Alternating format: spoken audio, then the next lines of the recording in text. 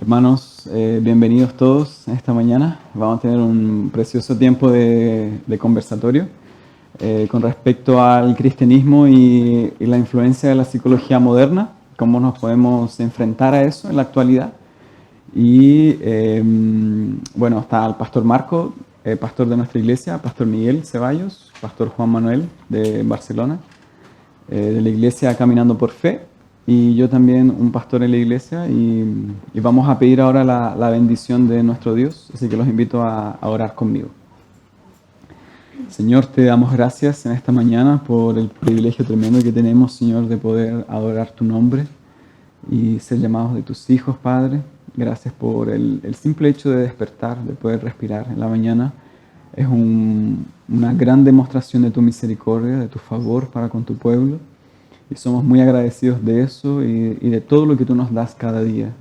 En esta mañana queremos acercarnos a temas espirituales y pedimos que el Señor nos use para que podamos meditar en la palabra de Dios y todo lo que hagamos, Señor, sea para la gloria de tu nombre. Dirígenos, instrúyenos, fortalécenos, Señor, para la gloria de tu nombre. Lo pedimos todo en Cristo Jesús. Amén. Bueno, los invito, hermanos, antes que recuerden tener sus celulares en silencio, ya, para no interrumpir la grabación y así ande todo bien. Bueno, hemos considerado entonces tratar el tema de la psicología moderna, su influencia galopante sobre la iglesia cristiana actualmente y cómo esto ha permeado inclusive iglesias locales, de tal forma que las personas ya no saben cómo tratar la ansiedad, o se han olvidado, mejor dicho, de cómo tratar la ansiedad, preocupación, estrés, una explosión de diagnósticos que ha ocurrido hoy día de diferentes trastornos, de diferentes tipos de conducta. Y muchos cristianos lamentablemente han recurrido a otros métodos falibles que no les puede dar una solución a su problema. Que es el Evangelio. El Evangelio es el único mensaje de salvación para las personas e incluye todo este tipo de trastornos. El Señor los puede solucionar. Entonces, actualmente, si hablamos de nuestro país, en Chile, vi y busqué, estudié sobre algunos números, estadísticas. Se ha evidenciado, por ejemplo, en el último censo que se hizo en el año 2024 aquí en Chile, de que la población evangélica llega a ser de un 20% a un 30% de la población. 20 a 30% de las personas en Chile se caracterizan como evangélicas. De hecho, el diario La Tercera, él afirma de que hay una fuerte presencia de evangélicos en dos zonas principales en el país, que es la zona del Biobío y la Araucanía. Son las dos fuertes regiones. De hecho, las ciudades más evangélicas es Lota y Coronel. Pero el gran problema se da con otras estadísticas que afirman de que un 40% de la población busca la ayuda de la psicología. 1 de cada 10 chilenos ha ido a un psicólogo. Y 1 de cada 4 chilenos actualmente manifiestan diferentes trastornos de ansiedad, de estrés, de preocupación, de sobrecarga laboral. Y ha habido una elevada tasa de diagnósticos en niños con hiperactividad, con diferentes soluciones, diferentes problemas, digo, que la psicología se ha levantado para dar solución a esos problemas. Entonces, la gran pregunta es, ¿cómo tenemos una tasa de evangélicos aumentando en Chile? Sobre todo el área pentecostal, pero al mismo tiempo se elevan al doble todos los problemas mentales de inclusive cristianos y que buscan ayuda no en la iglesia, no en el evangelio y en la psicología. No sé si usted, pastor, nos puede ayudar a ver cuál es el problema de un alza de evangélicos, pero un alza de psicólogos, de problemas psicológicos que nos buscan ayuda en la iglesia. Bueno, cuando nosotros hablamos de esos asuntos, yo considero algo en España. Ahora ya recientemente cada vez más población se denomina atea o agnóstica, pero hubo un tiempo donde por costumbre las personas afirmaban ser católicos. Parece que uno ya de tradición lo era. Así que las estadísticas mostraban que España era un país católico, porque el gran porcentaje de españoles decía ser católico. Pero uno preguntaba, ¿vas a la iglesia? No. ¿Crees en la Biblia? Y decían, no en todo. Entonces era como algo raro, porque profesaban ser católicos, pero no frecuentaban su religión, no frecuentaban misas, no practicaban sus creencias, no simpatizaban del todo con la Biblia. Incluso decían, soy católico, pero no estoy muy de acuerdo con la iglesia. Y yo creo que en el término evangélico está pasando igual. El problema es que es muy fácil identificarse como evangélico. ¿Usted cree en algo? Sí, soy evangélico, pero habría que hacer un análisis de qué entiende por evangélico, qué entiende por cristiano y qué entiende por ser creyente. Porque profesar una fe, nosotros encontramos narcotraficantes que creen en Dios, prostitutas que salen a vender su cuerpo con una cruz aquí colgada y pidiendo ayuda a Dios que las guarde.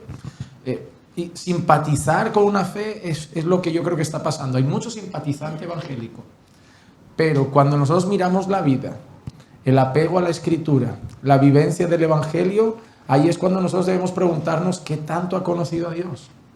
Porque dice ser evangélico, pero no vive el Evangelio, no tiene su confianza en Dios, no tiene su confianza en la palabra, en la manera de vivir, no cree en las promesas, no cree en la autoridad y suficiencia de la Escritura. Y a la hora de aplicar el Evangelio a distintas áreas de su vida, no está visible en su familia.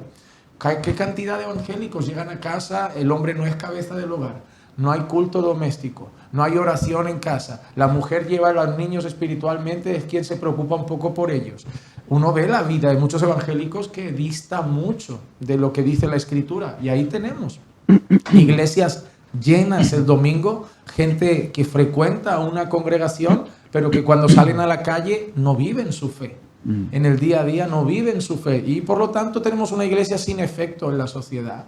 Brasil es un país que en cada cuadra, como dicen ustedes, es cuadra, ¿no? En cada cuadra hay 7 iglesias. Pero uno sale y también el crimen es elevado y muchos problemas sociales están ahí. Entonces, una iglesia que no tiene efecto en la sociedad es porque realmente los participantes, que es un gran número, no están viviendo su fe en la sociedad. Y yo creo que al final la estadística refleja eso. Una cosa es simpatizar con una religión, otra cosa es vivir la fe. Y lo que tenemos en Chile, en España, en Brasil, es un montón de simpatizantes, pero que no viven su fe en el día a día y se ve en la sociedad, incluso en sus propios hogares, trabajos, su manera de administrar su economía, sus metas, sus sueños. Uno lo ve y dice, bueno, la diferencia con el del mundo es que el domingo vas al culto, pero al final tus objetivos y tus metas son los mismos. Y yo creo que es lo que sucede. Frente a eso, entonces, se ha levantado la psicología con todas sus teorías modernas, con principales expositores hace años ya, como Freud, por ejemplo, y ellos son abiertamente en contra del cristianismo. Muchos de ellos son ateos, muchos de ellos dados con el comunismo. Entonces, le iba a preguntar a Pastor Marco, ¿cómo ve entonces cuál es el problema entre la propuesta de la psicología para ayudar al hombre en contraposición a lo que enseña el Evangelio? Bueno, creo que como cristianos somos llamados siempre a poder analizar todas las cosas y no de una forma superficial. El cristianismo no se puede vivir de una manera superficial. De hecho, todo lo involucra. No hay nada que quede fuera. De repente tenemos cristianos que no conocen mucho acerca del cristianismo, que son, como dice Pastor Vaz, casi que solo simpatizantes. Han aprendido solamente de oídas lo que es el cristianismo, entonces ellos dicen, no, cristianismo y política, nada que ver. La política es una cosa y el cristianismo es otra cosa totalmente distinta, de la cual el cristianismo no tiene nada que decir. Y no es así.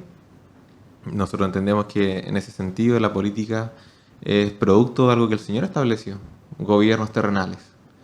Y pasa lo mismo con la psicología, en el sentido de que el cristiano a veces es muy superficial. Cree que por causa de que funciona, o de la práctica o simplemente de la innovación humana, entonces está bien considerarlo. Pero somos llamados a poder ver las cosas más profundamente. Entonces hay que analizar en profundidad. La psicología no tiene el mismo marco teórico. No podemos evaluar las cosas por sus resultados, porque no somos pragmatistas. No podemos decir, funciona, entonces se utiliza. No funciona, lo descartamos, porque si no, hagamos también eso con el culto, hagamos eso con la predicación, hagamos eso con el evangelio. Pero no funciona así. Nosotros tenemos que evaluar en la profundidad las cosas. Hacemos lo mismo con la música y con muchas otras cosas. Pero respecto a la psicología, uno tiene que preguntarse, ¿cuál es el marco teórico que hoy día se utiliza? ¿Qué cree del hombre? ¿Qué cree de la mente? ¿Qué cree de las emociones? ¿Qué cree de eso la psicología hoy? ¿Tiene que ver eso con mi cristianismo? ¿Considera un creador? ¿Considera el propósito que es glorificar a Dios para siempre? ¿Gozar de Él para siempre? Como nosotros lo proclamamos. ¿Considera que es pecado delante del Señor o simplemente es una mala conducta? ¿Considera que hay verdad absoluta o considera que es relativo? ¿Qué considera como normal? ¿Lo que la Biblia dice que es bueno y es correcto? ¿O lo que más se repite simplemente como norma en la sociedad? Y no en cualquier... y en esta sociedad. No a lo largo de los años ni siquiera. Entonces, siempre es bueno saber el marco teórico. ¿Qué hay de fondo? ¿Qué es lo que realmente piensa?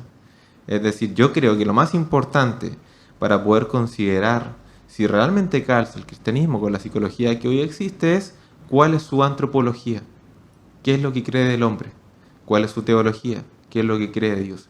Si eso no calza conmigo, yo no tengo nada que hacer con eso. Pero si eso calza, sería otra la historia. Entonces, eso es lo que el cristiano debe hacer respecto de su fe, porque el cristianismo lo involucra todo, no hay nada que quede fuera.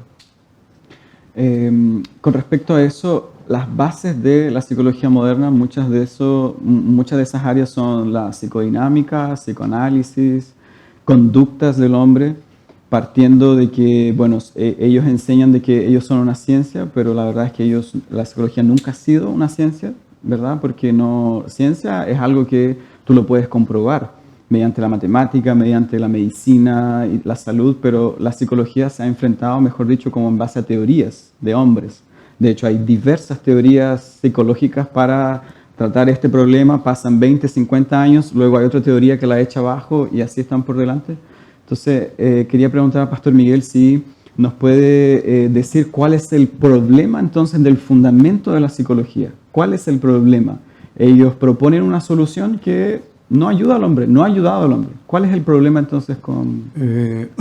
Lo acaba de responder. Sí. Si realmente el diagnóstico es equivocado.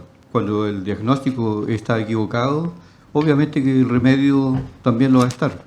Entonces, el problema generalmente cuando una persona visita a un psicólogo, el problema no está en la persona.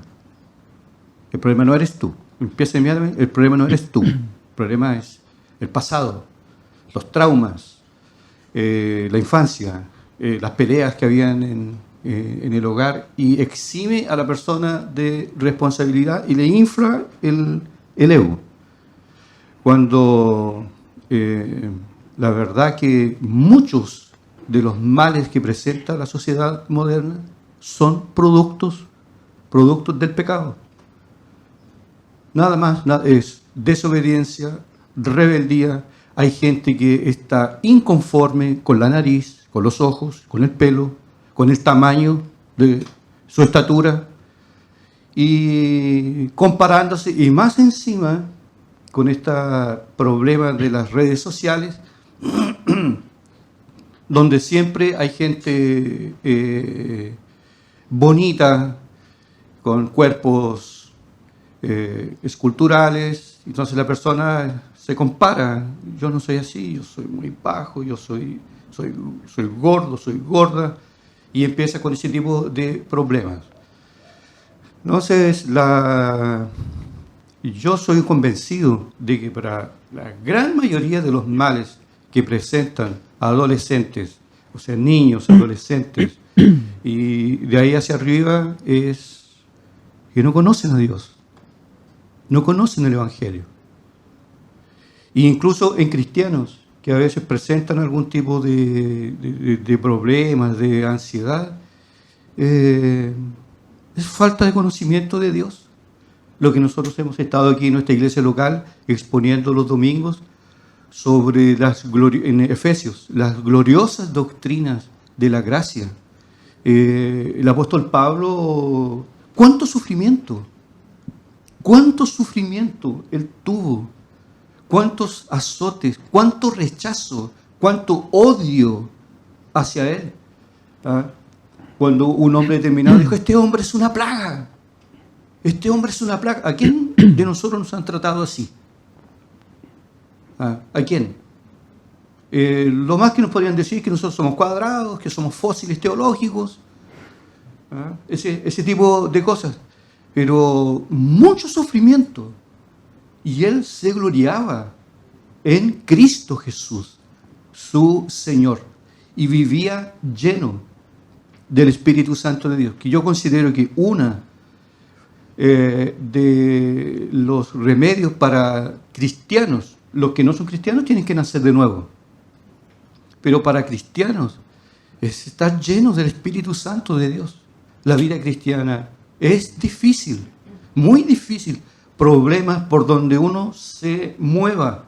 Nuestros hijos, cuando están bajo nuestra tutela, son pequeños, los educamos, pero cuando llegan a la adolescencia puede pasar cualquier cosa, y hay uno entrar así a desesperarse. Entonces, Cristo Jesús no es solo un discurso de púlpito para nosotros. Cristo Jesús es la respuesta, la solución para todas nuestras ansiedades aquí en esta vida. Tenemos también el caso de José, ¿verdad?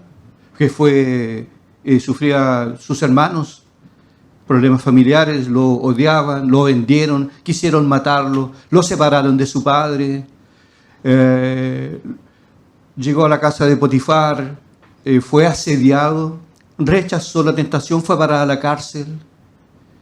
Y después cuando él explica, ¿verdad?, esto, lo que le pasó, ninguna terapia, no hay ninguna terapia, no hay ningún trauma. Él ve en todos esos problemas que tuvo que enfrentar la mano de Dios.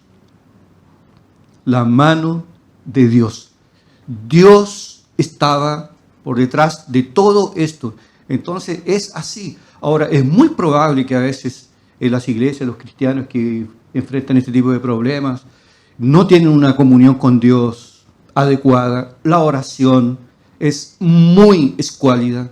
Y yo siempre lo he dicho en las consejerías, cuando empezamos a hablar, inmediatamente las preguntas que uno hace es, tu vida devocional.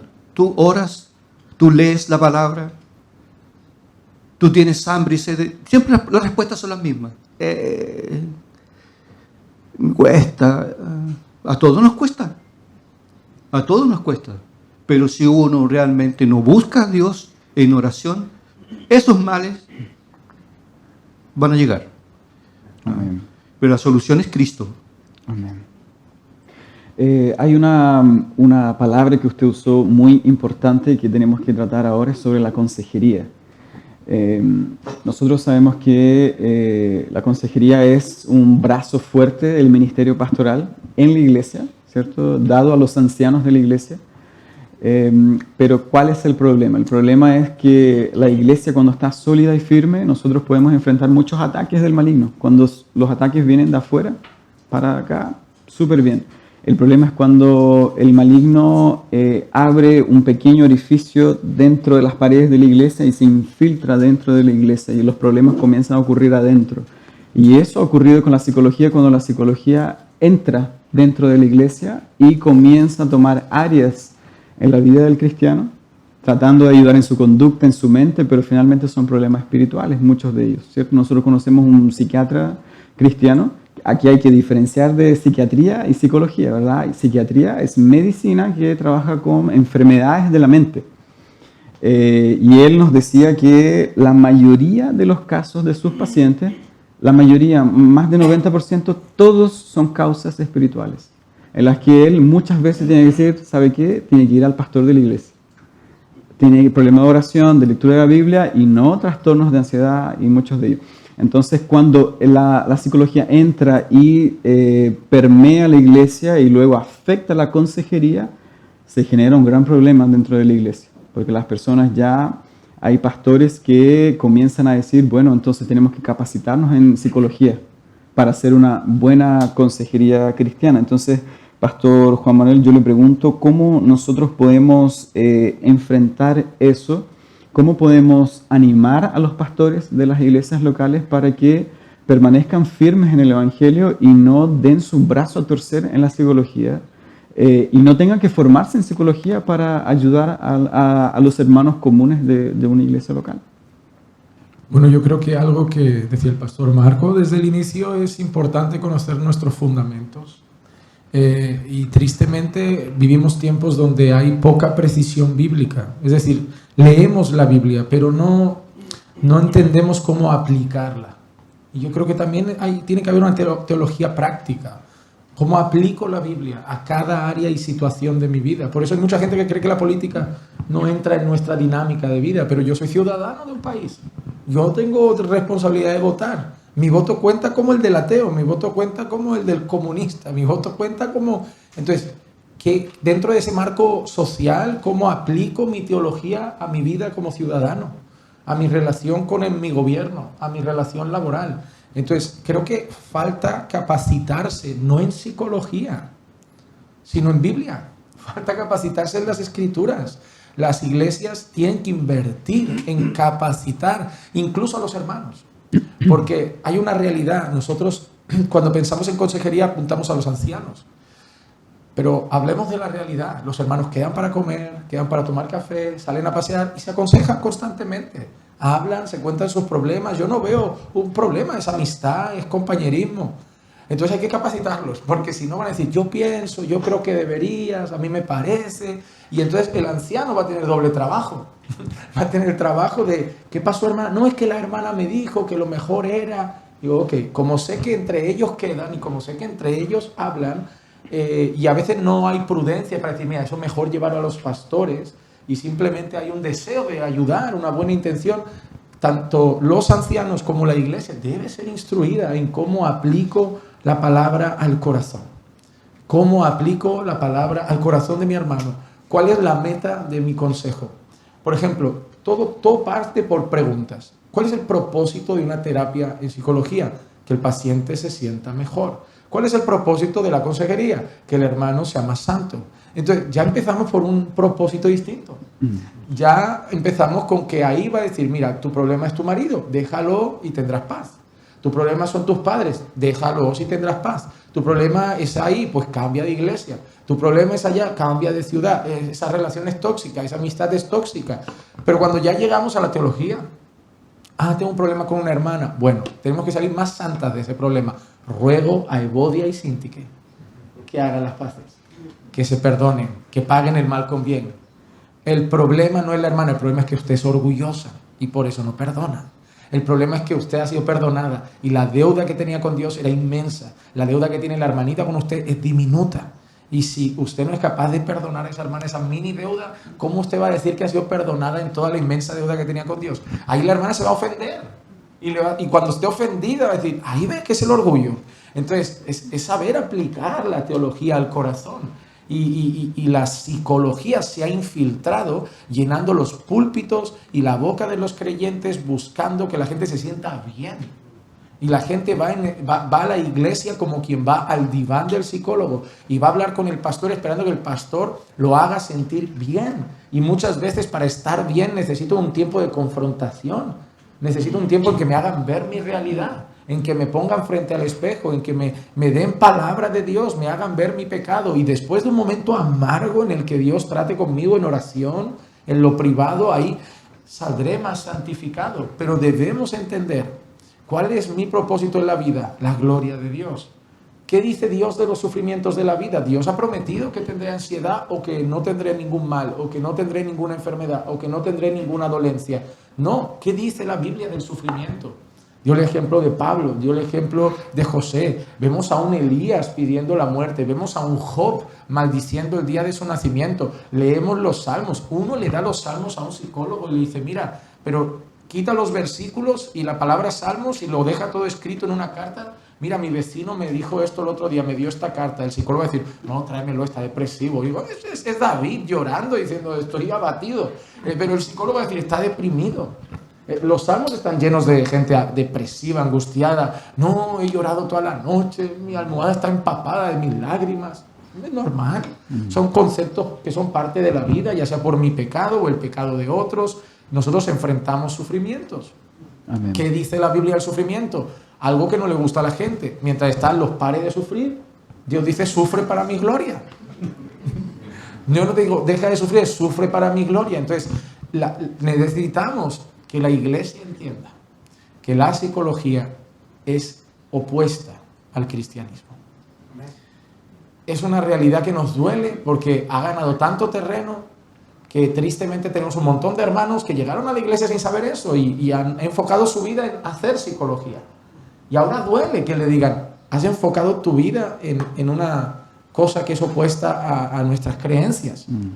Y ahí hay hermanos que amablemente te dicen, bueno, pastor, pero yo ahora cuando vienen les hablo de la palabra y digo, pero es que eso ya no es psicología. Eso se llama consejería bíblica. Eso ya no es psicología. La psicología no habla de la palabra. La psicología no apunta al pecado. La psicología victimiza al hombre. La psicología no trata síntomas. Yo siempre le digo a los hermanos, vayan a cualquier psicólogo y pregúntenle, ¿usted puede curarme el alma? Un médico le va a decir, mira, me rompí el hueso, ¿me lo puede curar? Sí. Mire, tengo un problema en la vista, ¿me lo puede curar? Sí. Tengo un problema en la piel, ¿me lo puede sanar el dermatólogo? Sí. Vaya al psicólogo, ¿me puede curar lo que tengo? No. Yo puedo intentar darle un calmante, un antidepresivo. A su hijo, para que esté más tranquilo, le puedo dar otra pastillita para que ande menos ansioso. Lo que podemos hacer es drogarlo. Pero el alma no podemos curarla. Ok, ¿qué dice la Biblia? La ley del Señor es perfecta.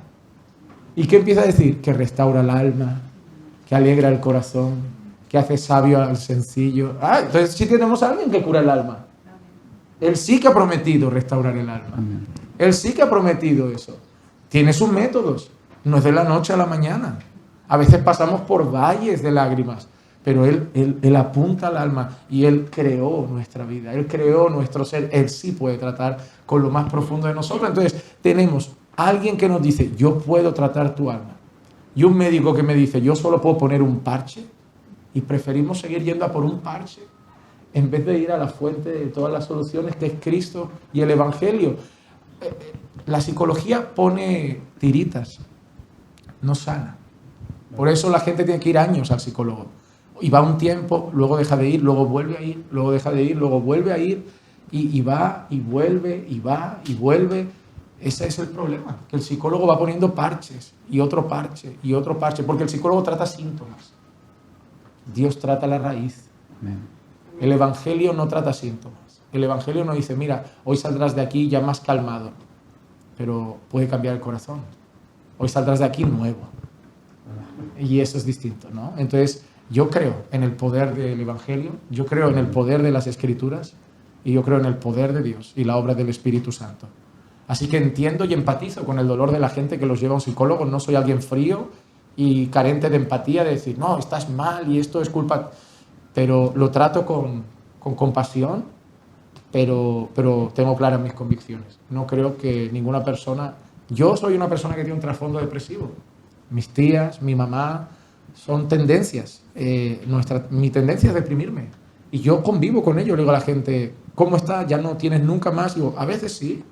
A veces durante el año hay problemas en el ministerio y me vengo abajo y mi tendencia es querer taparme con unas sábanas, quedarme en una esquina, entrar en una parálisis total, no hacer nada con mi vida y decir estoy aquí en un pozo. Pero he aprendido a lidiar con mi tristeza, que he entendido que es parte de mi vida por muchas situaciones y he aprendido a llevarlo en el Señor. Amén. Como le digo a las personas, mi mamá falleció en marzo, 3 días después yo estaba predicando. No es que estuviera bien, pero el sufrimiento es parte de la vida y el consuelo que da el Señor, la entereza, la paz, el sostén. ¿Te duele? Claro. Estás ¿Contento? No, entonces ¿por qué estás aquí? Que no tengo que estar contento para estar predicando, no tengo que estar contento. Yo sigo buscando a Dios y el Señor me irá sosteniendo y conforme pase el tiempo, el lloro durará una noche, pero la alegría vendrá por la mañana y mi confianza está en Él. No voy a ir a otra persona que me dé una palmadita. Yo sé que mejorará. Sé que tengo que aprender a lidiar con esa tristeza y pena un tiempo. Y cada vez estoy más fortalecido. Y Dios es el sostén. El problema es lo mismo que dije antes. ¿Son simpatizantes o creen verdaderamente en Dios? ¿Creen verdaderamente en la palabra? ¿Creen verdaderamente el Evangelio? Yo siempre pregunto, ¿qué tanto crees en la Biblia? ¿Qué tanto crees estas palabras? ¿Qué tanto crees estas promesas? Porque yo creo que todo parte por cuán fuerte es nuestra convicción y nuestros fundamentos. Amén. Recuerdo que una vez cuando conversamos, usted me dijo que una muy buena pregunta relacionada con el tema era sobre la psicología, es que ¿a dónde iban las personas antes? ¿Verdad? En el Antiguo Testamento, ¿a dónde iban? Si psicólogos no habían terapias, no había nada, era Dios y el hombre. Y la psicología no deja de ser moderna, no deja de ser un par de tiempo atrás. Entonces, ¿a dónde iban las personas antes? Iban al Señor.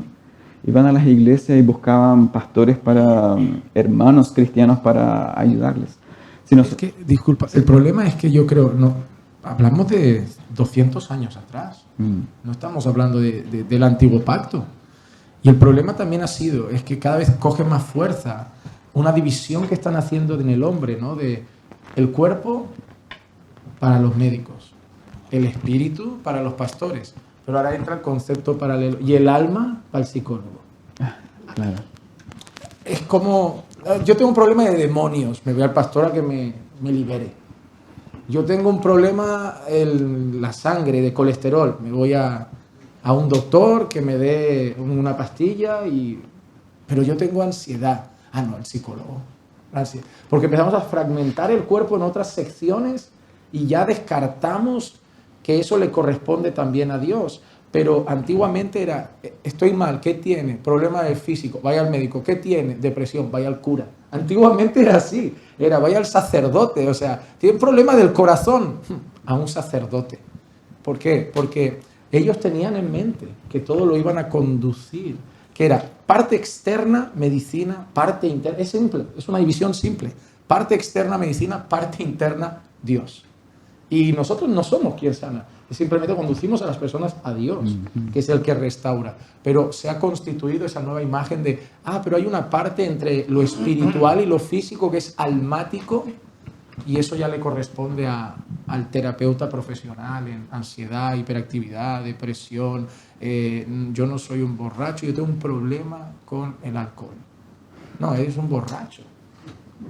No, yo tengo un problema con la mentira, eres mentiroso. Yo tengo un problema con las mujeres, no, eres un adúltero. El problema es que empiezan a suavizar las cosas. Y el hombre empieza, no, yo solo tengo un problemita. Bueno, en el infierno está lleno de gente con problemas que no reconocieron que eran pecados, ¿no? Sí. Solo quería agregar lo siguiente, y agradecer también porque yo recuerdo cuando estudié teología en el seminario, yo estudié como unas 7 disciplinas durante todo el tiempo sobre psicología, que había una influencia muy fuerte. Psicología para el matrimonio, para iglesias problemáticas, una pila de... Y creo que en ese tiempo me ayudó muchísimo, muchísimo, y debemos ser agradecidos por la voz del pastor John MacArthur. Amén. Porque John MacArthur fue la persona que se levantó para levantar su voz contra la influencia de la psicología en la iglesia. En ese tiempo leí el libro Nuestra Suficiencia en Cristo. Y él literalmente hace pedazo la tendencia de la idea de que si el pastor no tiene una formación académica en psicología, está mal preparado para enfrentar el ministerio. Y fue la persona que levantó la voz Y como él tuvo, gracias a Dios, una influencia o un ministerio de impacto mundial, eso, gracias a Dios, trajo luz para muchos pastores que estaban siendo engañados, incluso para hacer cursos de neurolingüística, más preparados. Si tú no tienes este curso, tú no estás preparado para enfrentar el ministerio, la consejería. Y MacArthur fue la persona que Dios usó para alertar. Amén. Hablando precisamente del pastor MacArthur, recordaba de que hace un tiempo atrás publicó un video hablando sobre psicología y cristianismo también, y lo vi, se los recomiendo, está en YouTube, dura 20 minutos aproximadamente, y incluso me dio un poco de risa la forma en que dio un ejemplo, porque dijo que cuando era muy pequeño era muy disperso. Entonces hacía las tareas de su casa y era totalmente disperso. Y dijo, hoy la psicología me diría que yo tengo un trastorno de hiperactividad o déficit atencional, muy probablemente. Dijo, pero mi madre me tomó y dijo, Johnny, concéntrate. Y lo corrigió y de ahí, Johnny, siéntate, concéntrate, mira la tarea que estás haciendo. Y dijo, y eso solucionó todos sus males.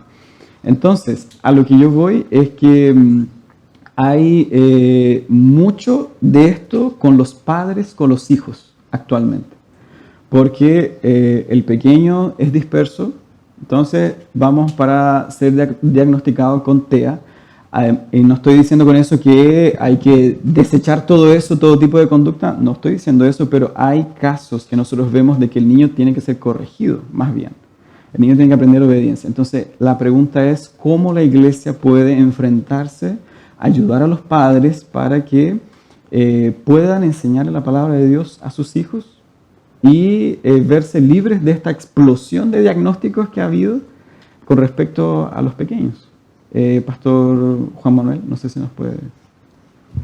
Sí, yo estoy viendo que, y yo en eso puede parecer conspiranoico, pero yo creo que hay una agenda global que tiene unas tendencias y se fomentan ciertas cosas.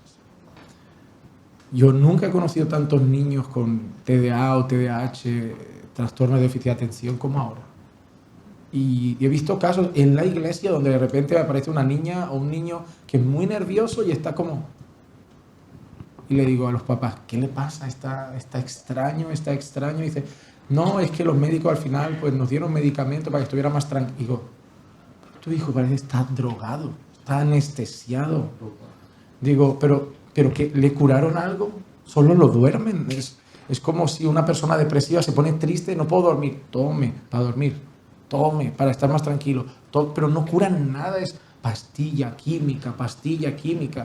Pero por ejemplo, pensemos en los niños con déficit de atención. ¿Qué ha pasado de una generación a otra para eso? Nos podemos hacer una pregunta, ¿por qué nuestros padres no tenían tanto déficit de atención? ¿Por qué nuestros abuelos no tenían tanto déficit de atención? Vamos a sumar factores. 1. Nuestros padres, ¿cuánta tele y teléfono tenían aquí? Y cualquier médico les va a decir el efecto de las pantallitas en la cara de los niños durante 8 horas. Niño, estamos comiendo, teléfono. Niño, no molestes, televisión. Niño, no molestes, videojuego. El constante reflejo de pantallas ya provoca un efecto. A mí me pasa, si yo me pongo por la noche a ver el móvil, hoy no tengo sueño. ¿No? 2 de la mañana. Claro, la propia pantalla me está teniendo activo en lugar de yo pararme y, ay, es que no puedo dormir, me voy a relajar viendo el teléfono. No, mira el techo, un punto, cierra los ojos y te dormirás. No aguantamos estar un rato tranquilo, no voy a ver algo. Ahí los niños pasa igual. Luego, la alimentación de mi padre, no recuerdo que tuviera tanto azúcar. Ahora súmale azúcar, dulce, bollería, industrial, patatas. Ahora suma la pantalla, suma el azúcar, suma internet, suma YouTube, suma las redes, suma... Claro que tienes un niño acelerado. Pues es que tienes un niño completamente excitado. Está expuesto a cosas excitantes todo el tiempo. Nuestros padres tenían campo, tenían escuela, tenían tareas de casa, tenían ayuda a mamá. Entonces era desgaste, era cansar el cuerpo, cansar la mente estudiando y cansar el cuerpo ayudando y trabajando. Llegaban las 8 y nuestros padres, ¿no quieres ver la tele? ¿Qué tele? Ni tele existe, quiero dormir. Funcionaban así. Ahora, la crianza ha cambiado. Padres no quieren dedicar tiempo a sus hijos. No quieren dedicar tiempo a jugar con sus hijos, a cansar a sus hijos en salir a la calle y hacer algo físico. Quieren o que lean, inculcar. Yo me duermo leyendo. Para mí es relajante. Me pongo a leer y me va tomando el sueño, y me va tomando el sueño, y me va tomando el sueño. A mi hijo es que no le gusta leer. A mí tampoco me gustaba, Juanma, a leer. No, pero no me... Ahí te quiero, 1 hora, y luego me haces un resumen de lo que leíste. Ahí vas creando, ¿qué? Disciplina en un niño que no le gustaba leer y ahora devora libros. Pero claro, no queremos el proceso de llegar a eso. Queremos que los niños en un día estén hechos. Nosotros tenemos niños en la iglesia que llegan y están sentados todo el culto. Ah, mira qué bien se porta el hijo. No, para que ese niño sea así, ese hombre ha tenido que sudar la gota gorda con esa criatura. Lo que pasa es que tú quieres decirle a tu hijo, siéntate, y que ya lo haga toda su vida. No, hay que tratar con la conducta, hay que tratar con el carácter, hay que aplicar disciplina. Yo creo que todo es parte de la vida, a lo que expongo a mi hijo, la alimentación, todo afecta en nosotros. Si yo como mal esta noche, duermo mal esta noche, afecta a mi sueño. Si yo me voy tarde a dormir porque prefiero ver una película, mañana mi culto estará lleno de bostezos, mi alabanza estará perezosa, me quedaré dormido en el sermón. Todo lo que hago durante el día afecta mi rendimiento más tarde, mañana. Entonces yo tengo que cuidar esas cosas, y más en una criatura que no sabe de nada, que yo tengo la responsabilidad de cuidarla bien. Entonces yo creo que la falta de instrucción, la falta de disciplina, una crianza irresponsable, una crianza poco dedicada, más bien entrego los niños a la escuela y entrego los niños a la televisión, y a mí que no me den trabajo, yo les pongo un plato de comida, ha llevado a una generación, entre comillas lo digo, hiperactiva, por falta de padres que...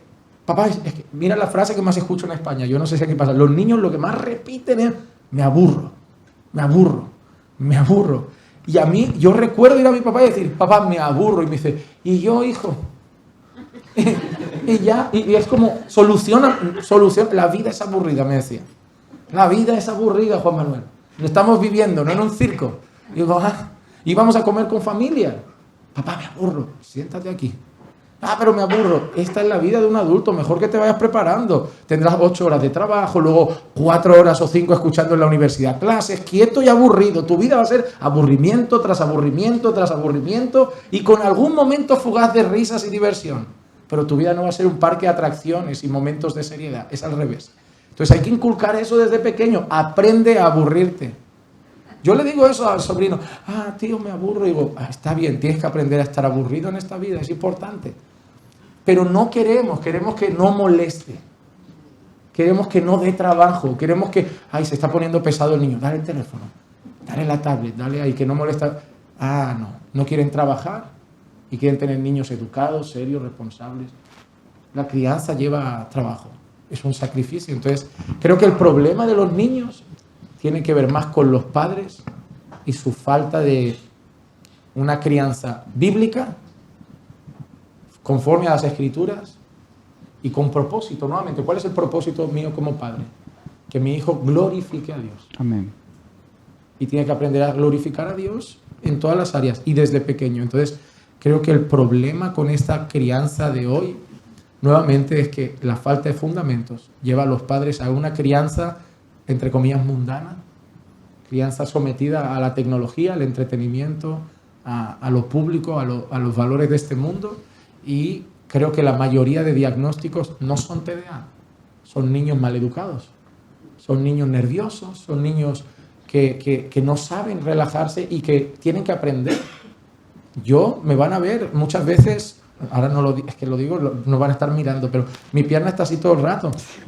Yo soy de esa generación de, ¿cuánto dura esto? Estar hablando con un hermano en consejería y el pastor Marcos, el otro pastor de nuestra iglesia, él puede estar 3 horas aconsejando. Yo tengo un problema, y el hermano me está contando su problema y yo casi lo que pasó en 2010 en Chile fue yo con la pierna así.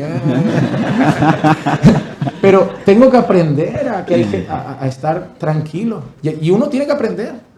Tiene que disciplinarse. Como ayer Pablo decía, hay que disciplinarse para la piedad, hay que disciplinarse para saber estar en un lugar y escuchar más que hablar. El culto dura mucho. Hay que saber estar a veces escuchando 2 horas. 3 horas. Entonces creo que los niños necesitan a padres que tengan claro lo que tienen que hacer como padres, y que la gran mayoría de niños que yo veo es falta de una paternidad responsable, bíblica y de disciplina. Y hay muchos niños maleducados y malcriados, tristemente, por sus padres, que ellos mismos sufrirán en unos 8 o 10 años las consecuencias, y van a llorar demasiado por no haber querido llorar hoy un poco. Nosotros, por ejemplo, porque esa es una área bastante sensible, algunas personas aquí en la iglesia se han ido de la iglesia molestos por causa de los niños. Y, por ejemplo, algunos casos que pasaban los niños insoportables, y se les dice algo, se les instruye, se enojan y se van. Y cuando uno va a ver, no, los dos papás trabajan y la hermanita mayor cuida al resto. Entonces, los padres cristianos tenemos la responsabilidad de mano firme. Si, por ejemplo, mi hijo me hace pasar vergüenza, esa es una alerta. Hay que estar atento, ¿ya? Como decía el pastor, yo soy de una época más atrás de los 80, entonces con miradas no se educaban. Si me fuese a meter, por ejemplo, en la conversación de mis abuelos, me iba mal. Un día, me acuerdo que un día con mi hermano, 2 años mayor que yo, nos metimos en la casa de los patrones de mi papá. ¿Cuál ladrones? Nos metimos. Y nos pillaron. La hija del patrón nos pilló y nos denunciaron. Mi papá llegó a la casa y me dejó como cebra. Como cebra. Nunca más lo hice. Entonces nosotros hoy vivimos una situación, y las iglesias a veces, por ejemplo, claro, uno entiende, hermanos, que cuando hay un bebé, una guagua, que llora, obviamente que nosotros tenemos que, los adultos tenemos que ser sabios. No podemos decir shh, porque eso tampoco se puede hacer, ¿verdad? No se le puede exigir eso a un niño. Pero cuando el niño llega a los 3, a los 4, y él entiende las cosas, los padres tienen que imponerse. ¿Ya? A nosotros a veces nos decían, me acuerdo que cuando los niños estaban pequeños, mis hijos estaban pequeños, que era como mi casa, era comparada así como un regimiento, a un cuartel. Yo les decía, no es porque yo sea pastor, pero yo no quiero pasar vergüenza. Y había normas en la casa. Por ejemplo, cuando íbamos al culto, los 3 sentados con nosotros. No se les mueve a ustedes un pelo. Si ustedes se mueven, yo no les voy a pegar en el culto. ¿Ya? En la casa nos entendemos. Y yo tenía que ser fiel. Entonces, pero eso fue 1 o 2 veces. Porque ellos saben. Porque los niños son muy inteligentes. Ellos saben dónde está la debilidad.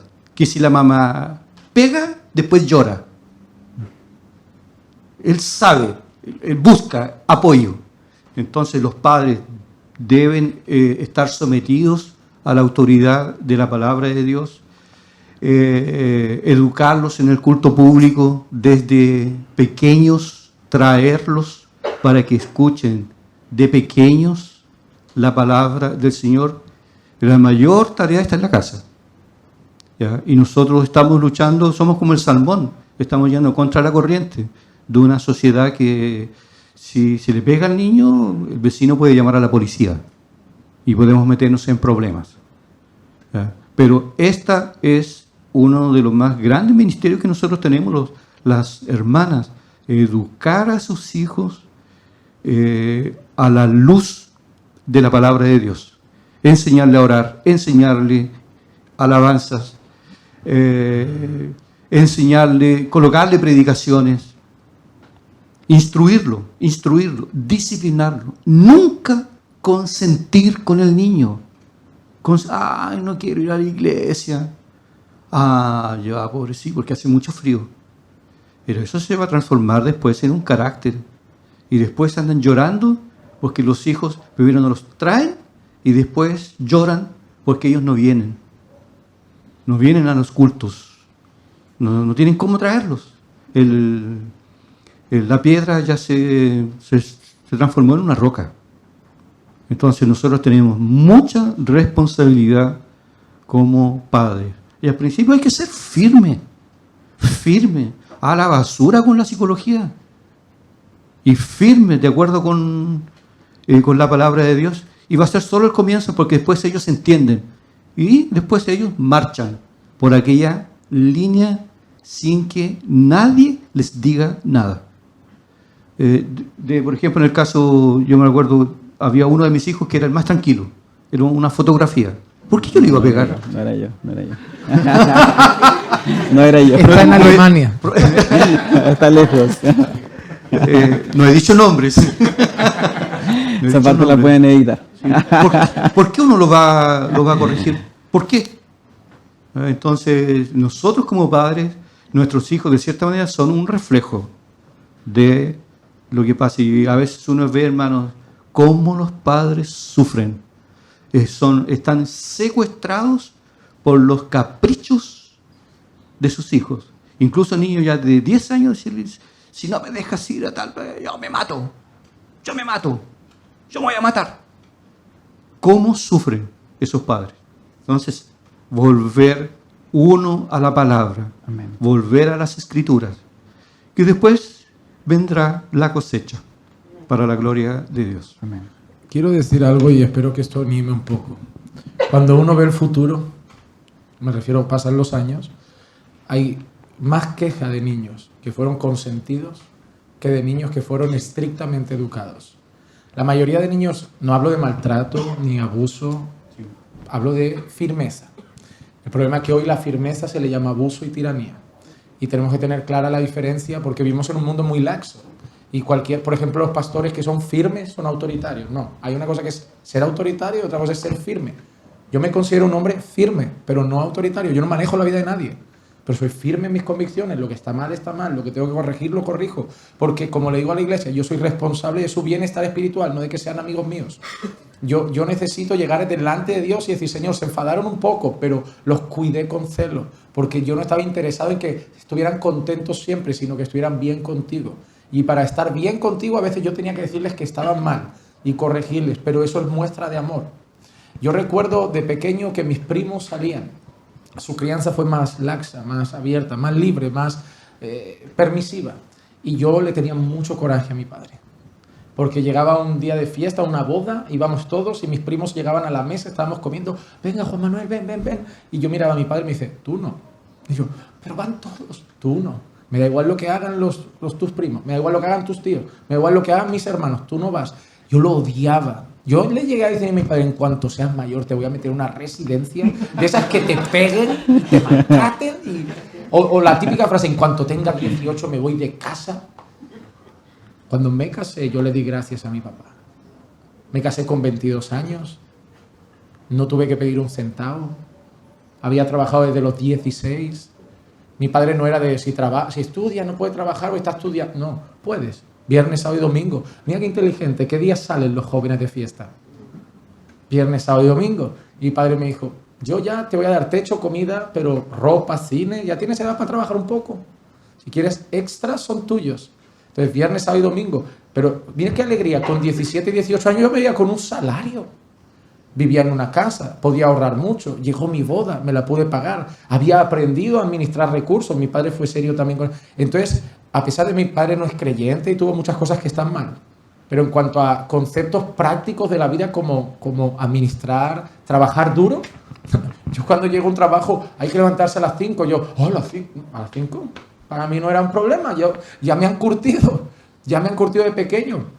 Venga, Juan Manuel, que es sábado. Es sábado, no hay que hacer nada. Sábado no significa tirarse el día en la cama. Venga, tira, vamos. Era así. Y eso no era un soldado, era un padre. Mañana vas a tener que tener una familia delante, vas a tener que levantarte a llevar a un niño a la escuela, vas a tener que trabajar 8, 10 horas desde la mañana, llegar cansado, cuidar, hacer la compra. Tienes que empezar ya. Ahora tenemos jóvenes en la escuela, en la iglesia, que tienen 27 años. ¿Y saben cuál es la mayor demanda de las mujeres de la iglesia? Parecen niños. Dice, pastor, quiero casarme, pero tienen 25, 26, todavía quieren videojuegos y pelota y parecen niños. Y digo, ¿quién tuvo la culpa? ¿Quién los tenía en los videojuegos toda la tarde? ¿Quién no les enseñó a trabajar? Eso es culpa de los padres. Entonces, yo doy gracias a una crianza un poco más severa. Yo doy gracias a lo que antes odiaba, a lo que antes reclamaba, porque he visto familiares ahora que tienen mi edad y la vida la tienen desestructurada, pero porque sus padres no les ayudaron. Los niños no sabemos de la vida cuando somos pequeños. Creemos que sabemos y que no necesitamos a nadie, pero no tenemos ni idea. Y todas nuestras decisiones serán malas.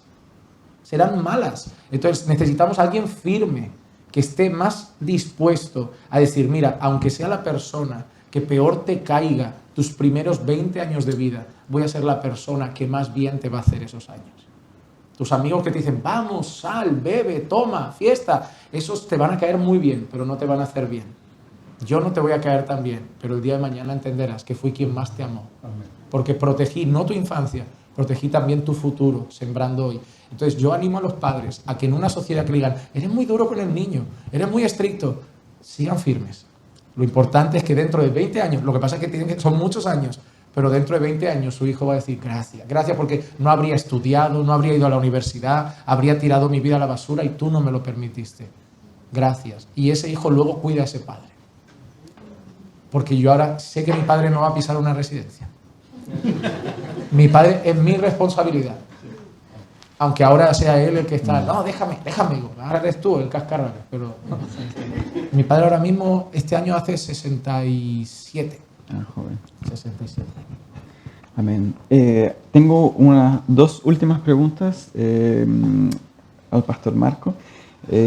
Ahora ya cambiando un poquito de tema para los cristianos ya adultos o adolescentes en general, ayer escuchamos también en la predicación que la mayor batalla está en la mente. Todas las batallas se originan en nuestra mente. Entonces, ¿cómo podemos aconsejar a cristianos, inclusive en nuestra iglesia local, que luchan con la mente? Porque hay cristianos que piensan que el cristianismo es de aquí para abajo y se olvidan de la mente. La mente es muy importante, hace parte de nuestra esencia. Entonces sufren de ansiedad. ¿Cómo podemos entonces ahora ayudar a personas que sufren depresión, ansiedad, por ejemplo, crisis de pánico, porque no logran ver a alguien, porque tienen estos problemas familiares que se han originado? ¿Cómo podemos ayudarlos a ellos en nuestra misma iglesia local?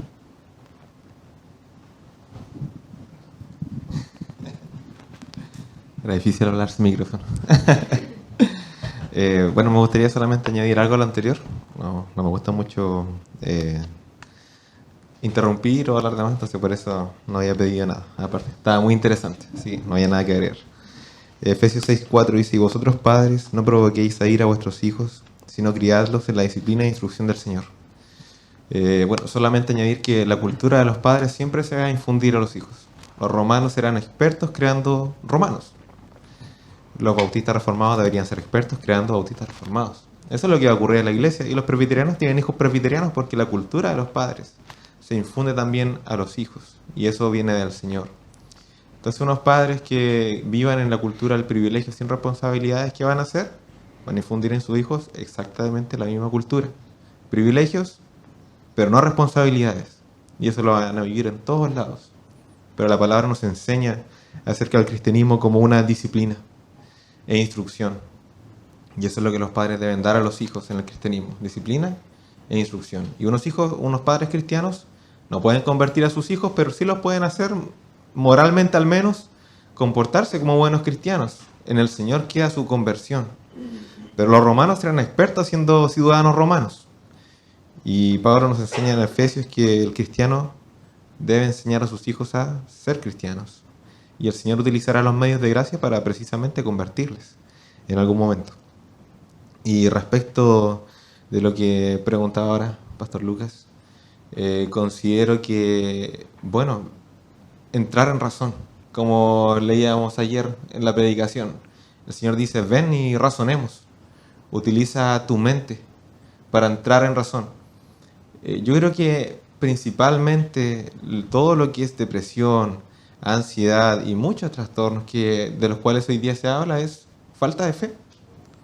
Falta de fe. Yo he tratado con personas que tienen depresiones profundas y el problema es que en ese momento dicen, es que yo no logro percibir a Dios, yo no veo a Dios, yo no creo que Él me escuche, yo estoy dudando de su existencia, yo dudo de que Él realmente me esté cuidando.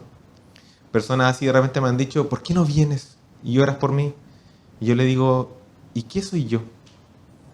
¿De qué le sirve mi presencia? ¿Por qué me necesita a mí? ¿Por qué tiene que verme? ¿Por qué tiene que palparme? Si Cristo está con su pueblo todo el tiempo. Es decir, a veces el cristiano se preocupa porque puede morir hoy día. Pero ¿qué dice la palabra acerca de la muerte? ¿Qué dice la palabra acerca de la vida venidera? ¿Qué dice la palabra acerca de mi nacimiento y mi muerte? Todos mis días están contados, desde el principio. Sugel Michelin dice, yo soy inmortal hasta que Dios tome mi vida. Es decir, por la fe yo podría pasar por un lugar donde está lleno de balas y flechas, y si yo debo decir por la fe de que si ese no es el día de mi muerte, yo no voy a morir ahí. Puede haber un mega accidente y yo puedo estar involucrado. Si el Señor quiere que yo viva un año más, aunque yo esté en ese lugar, yo no voy a morir. Porque vivimos por la fe. El gran problema es un tema de fe. ¿Le creo a Dios o no le creo a Dios? ¿Su palabra es fidedigna o no es fidedigna? Si Él es mi guardián, si yo estoy bajo su abrigo y bajo su cobijo, ¿quién va ahora a tomar mi vida? Si yo estoy escondido en las manos de Dios, ¿quién me va a sacar de ahí? ¿Puede el diablo abrir las manos de Dios para sacarme y robarme y decir, ahora yo voy a hacer contigo lo que a mí me plazca? ¿Puede el diablo hacer eso? ¿Puede un hombre subir al cielo, abrir las manos del Señor, sacarme de ahí para luego cortarme el cuello? No puede. Nadie puede. Yo estoy escondido en las manos del Señor. Ese es mi lugar. Yo estoy bajo su soberanía, bajo su dominio. Él tiene planes para todo. Yo incluso debo comprender que Job no entendió. No entendió todo lo que pasó. Él fue restaurado por el Señor, pero él no entendió todo lo que pasó. Nosotros lo entendemos hoy día. Hay muchas cosas que nosotros no vamos a entender en este mundo. Cuando lleguemos al cielo hemos de comprenderlas. Pero en este mundo no vamos a entender todas las cosas. El asunto principal es un asunto de fe. Cuando yo leo, luego lo creo. Porque si es leer por leer, entonces yo cierro la Biblia y luego hago mi vida como me plazca y me olvido del cristianismo. Pero cuando yo leo, luego lo creo, porque las malas noticias vienen todo el tiempo. Siempre van a haber malas noticias, siempre van a haber causas de preocupación. Y bueno, también había sido predicado en un tiempo atrás respecto a Efesios, que el cristiano siempre tiene que orar. Porque cuando comienza su vida cristiana tiene que orar por algunas cosas. Pero cuando sigue la vida cristiana tiene que orar por otras. No basta con hacer la oración al principio y nunca volver a orar. Los hermanos tienen problemas que en algún momento escriben un WhatsApp y dicen, hermano, me pasó tal cosa, ¿pueden orar? O sea, es continuo porque las preocupaciones y las aflicciones siempre van a venir. Ustedes saben, mi esposa está embarazada y yo pienso que no hay momento más frágil para un ser humano como es estar en el vientre de la madre cuando no puede defenderse, cuando no puede decir cuánto se alimenta o cuánto no se alimenta, cuando un golpe pequeño podría quitarle la vida, un choque podría quitarle la vida con mucha facilidad. A mí no, con tanta facilidad. También podría morir en un choque, pero no con tanta facilidad. Pero un ser humano en el vientre de la madre, ¿qué cosa más frágil que esa? Qué fácil es quitarle la vida como muchos hoy lo hacen, porque no va a presentar ninguna resistencia. Pero si Él está en las manos del Señor, es el más fuerte aunque sea el más frágil. Aunque sea el más frágil, si el Señor lo cuida, ¿quién lo toca? Pero ¿cómo hemos de creer eso? ¿Lo vamos a creer por seguir 5 pasos? ¿Por hacer una repetición simplemente en la mañana de que soy el mejor, hoy día voy a conseguir mis planes? ¿Cómo lo hago? Es la palabra. No tengo otra forma. Y para eso el cristiano debe tener sus disciplinas en orden. Se dice que antiguamente, algo difícil de hacer el día de hoy, no sé por qué, Aquellos monjes que se retiraban, ellos leían los 150 salmos a la semana. Repetían como 7 salmos cada 3 veces al día. Y en el plazo de una semana ellos ya habían leído los 150 salmos. ¿Cómo nosotros hemos de tener fe si no repetimos la palabra continuamente? Continuamente.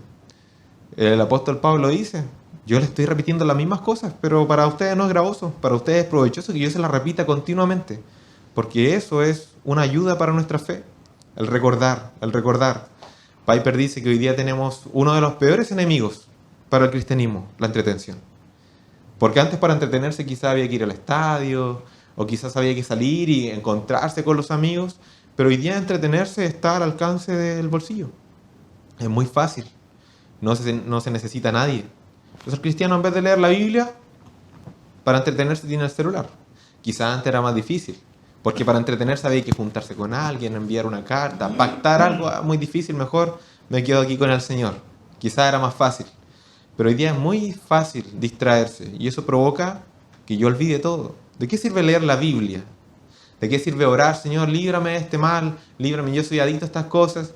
Si yo me levanto, yo cierro la escritura y luego voy a hacer exactamente lo que estaba orando, de no hacer más.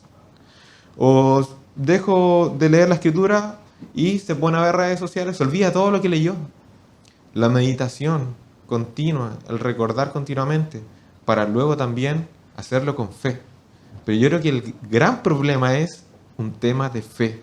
¿Le creo a Dios o no le creo? Ese es el asunto principal. Si el cristiano ansioso y depresivo pudiera comprender que Cristo está en él, no habría más depresión, de que no valgo nada porque yo valgo la sangre del Redentor. No hay un mayor valor que ese. Y el Señor lo hizo por mí. Amén. ¿Cómo yo permaneceré en depresión? ¿Cómo yo voy a estar ansioso sabiendo que mi guardián no duerme? Estoy tranquilo si tengo un carabinero aquí al lado, pero no estoy tranquilo si estoy solo. Bueno, ¿y quién es mi guardián entonces? ¿Es un hombre que duerme, que falla? ¿O es el Señor, que nunca duerme? Él nunca pega un ojo.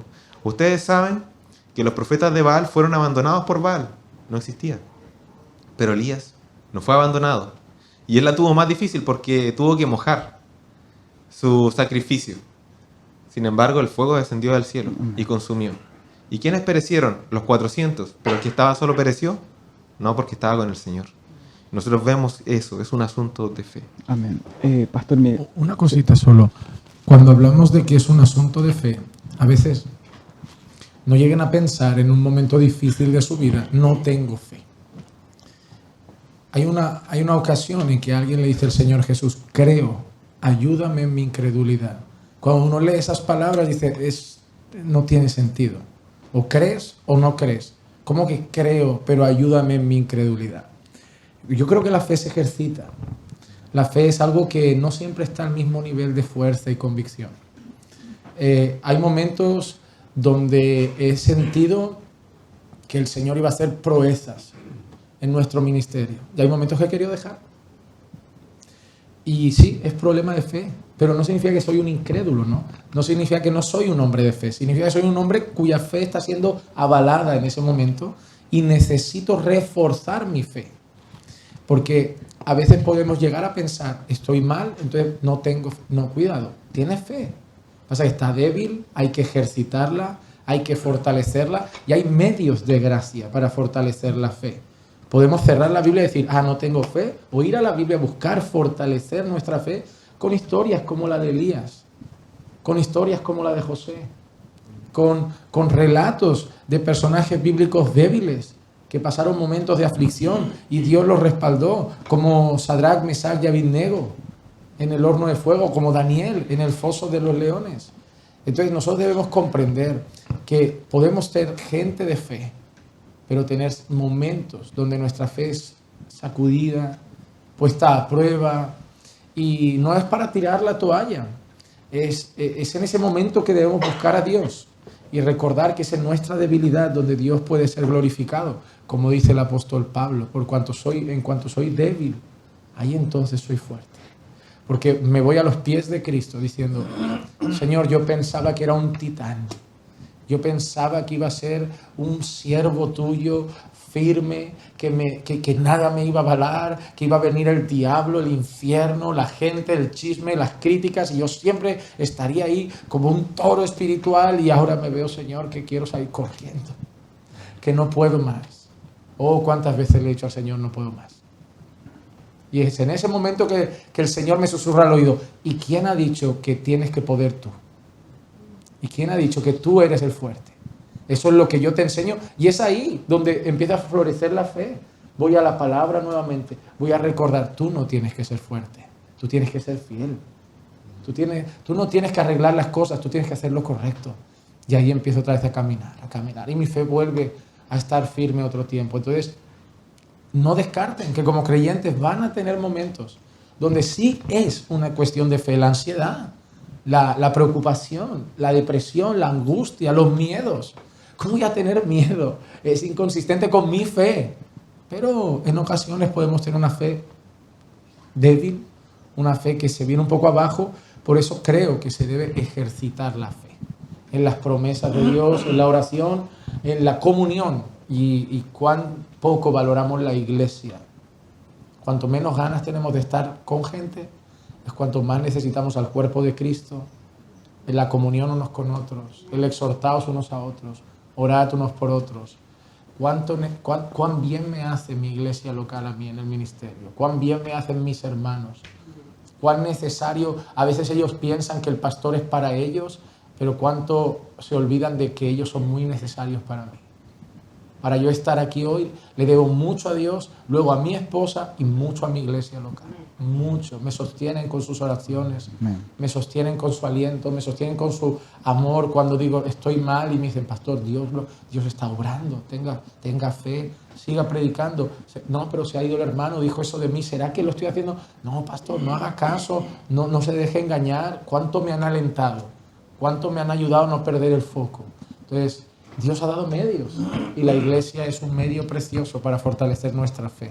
Amén. El abrazo de un hermano, la oración del que siempre ora por ellos y de repente llega, está serio y a mí eso que llega un hermano de mi iglesia local y me diga, pastor, ¿me deja orar por usted? De la nada. Y yo, sí, hermano. Y empezar yo a llorar y decir cuánto necesitaba esa oración. Y no va a venir un pastor conocido de fuera a orar por mí. Él es el que me conoce.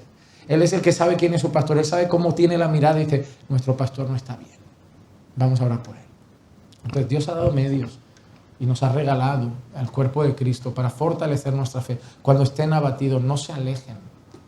Vengan a reforzarse en la comunión del Señor. Cuando una brasa se sale del montoncito, se empieza a apagar. Pero cuando esa brasa medio seca de carbón se vuelve a poner con el resto, vuelve a encenderse. Valoren eso. Amén. La mayor mentira del diablo es precisamente eso, que cuando estamos mal nos vayamos lejos, ¿cierto? Y no estemos acá, pero ustedes recuerdan el salmista cuando él veía todo mal, estaba turnio de los ojos, miraba a Cristo y miraba las otras cosas. Pero dice que cuando entró en el santuario, entendió todo, cuando estaba en la iglesia. Y aquí es el lugar donde el Señor nos bendice grandemente. La última pregunta que voy a hacer, y ya con eso terminamos. ¿Cómo podemos ayudar en este ámbito que estamos hablando de cristianismo y psicología a hermanos que ya ingresaron a psicología, que ya egresaron como psicólogos? En Chile, hace un par de años las estadísticas decían que eran 40.000 psicólogos, hoy son el doble, 80.000 psicólogos. Entonces hay personas que ya lo estudiaron, muchos son cristianos y llegan aquí.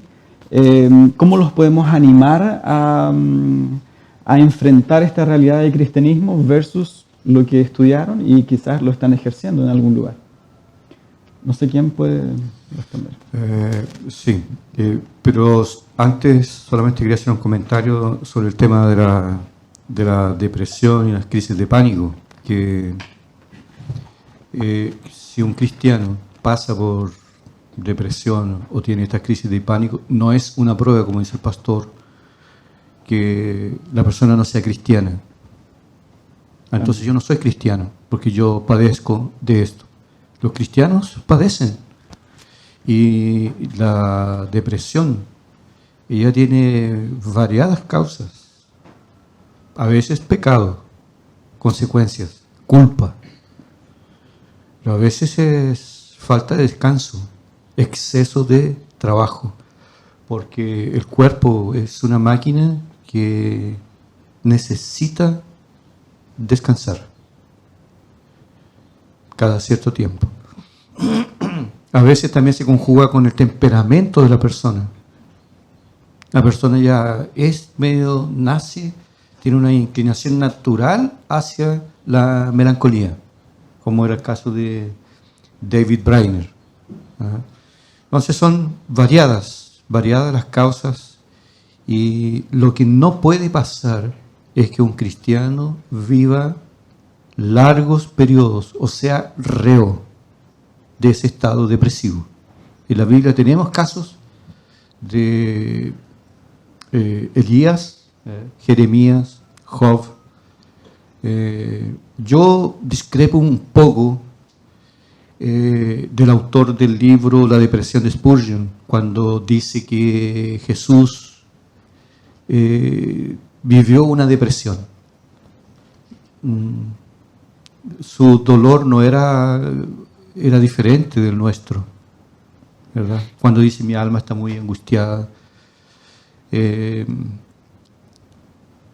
Son variadas las causas. Entonces, ¿cómo hacerlo? ¿Cómo poder vencer esto? Entonces, el cristiano no puede vivir en esto, no puede vivir en ese estado, por varias razones. Es un pésimo testimonio. Es una fiesta para el diablo, porque el diablo lo toma y lo apunta y lo muestra al mundo y dice, mire, este es cristiano, mire cómo lo tiene Dios, mire cómo lo tiene Dios. Sin embargo, yo no voy a la iglesia, carreteo y feliz y contento. Entonces el cristiano, él no puede permanecer en ese estado depresivo. Él tiene que dar la lucha y la pelea para eso, porque además que hay solución. Nos podemos sobreponer a ese estado miserable. Es posible vencer. Nosotros sabemos que es muy común que hoy cristianos puedan pasar por esa situación, pero hay solución. Dios ha dado en su providencia respuesta para todas nuestras necesidades. Yo muy poco, creo que yo hablo sobre este tema, pero yo en el año 2005, yo viví un infierno en mi alma, con crisis de pánico, producto del fallecimiento de mi madre. Y para más remate, yo estaba en Brasil, yo era muy cercano a mi madre, éramos muy, muy cercanos. Me dolió mucho su muerte. Y recuerdo que cuando ella falleció, ese 15 de mayo del 2008, justo en ese día también falleció un hermano en la iglesia, allá. Y yo no pude viajar, porque yo había venido antes, no pude volver a estar presente. Y falleció, y me recuerdo que estaba ahí en el púlpito predicándole, porque la familia de la iglesia estaba de duelo por el hermano Altino que había fallecido. Y yo estaba ahí hablando y al mismo tiempo pensando, mi mamá está siendo velada. Y eso también me trajo, además que yo cometí un pecado grave como pastor. Pero por muchos años yo no sacaba vacaciones. Mi vida no era muy fácil en Brasil. Entonces, no tenía vacaciones. Entonces llegó un momento en que colapsé. Pero sí, como que me hubiesen partido al medio. Y pasé estuve en el Valle de Sombra de Muerte algunos años. Y siendo yo por personalidad una persona muy alegre. Yo siempre decía, yo me levanto y ya me levanto para arriba, ¿ya? Y vamos poniendo música y de repente desear la muerte, buscarla. fue terrible. Recuerdo que mi esposa tuvo mucha paciencia conmigo porque de repente hasta el olor a la comida a mí me espantaba, me causaba rechazo. Sí, estaba muy mal, muy mal.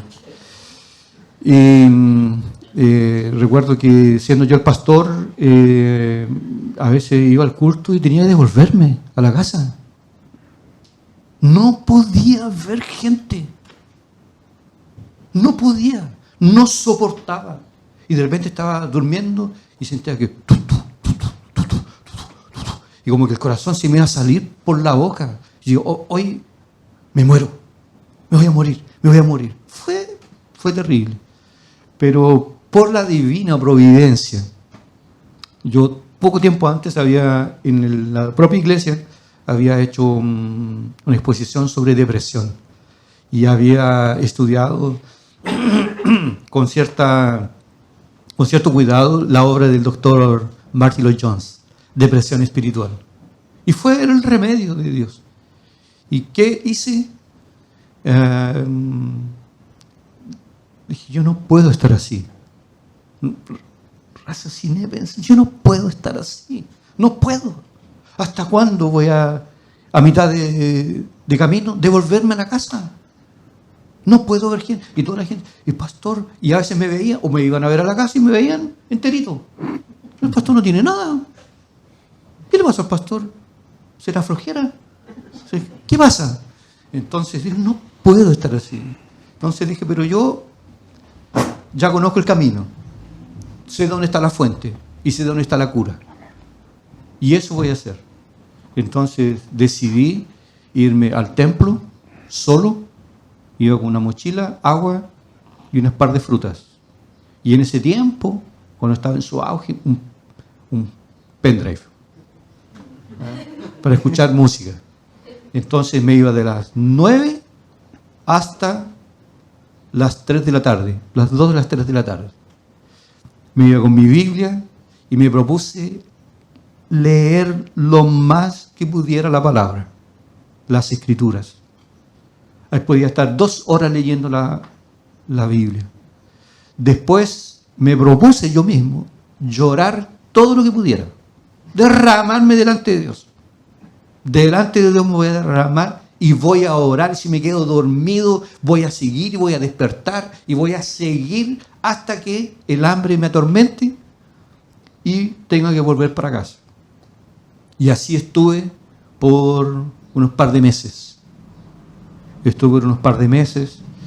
Y a veces pensaba, miraba hacia mi alma y veía así como una grieta oscura, profunda en mi alma. Pero fue Cristo el que salió a mi encuentro y me rescató. Y pude volver a sonreír y a estar de pie nuevamente. Y esto también a mí me sirvió porque yo he visto hermanos, pastores también que han pasado por esta situación y decirles que hay solución, hay salida para esto. Amén. La cruz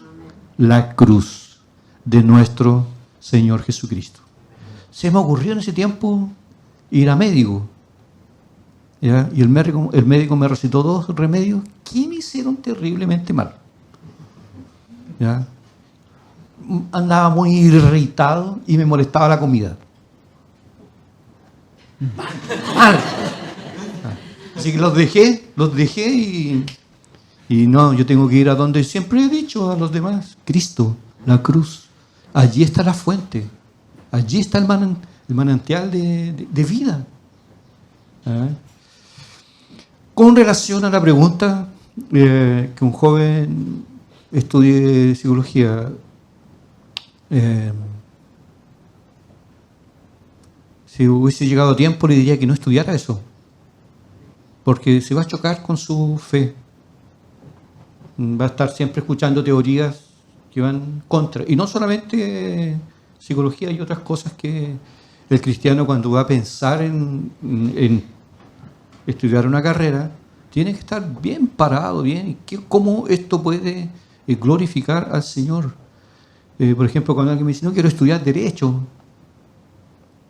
Bien, pero tienes que tener claro que vas a estar a un paso de la mentira.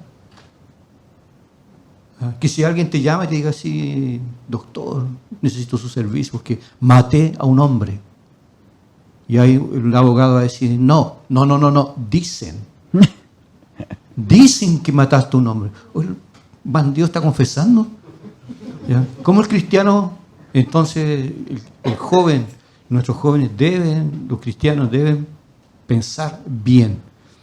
Y si estudió psicología, creo que tienes que tener bien claro que va por un camino diferente de lo que enseña la palabra de Dios.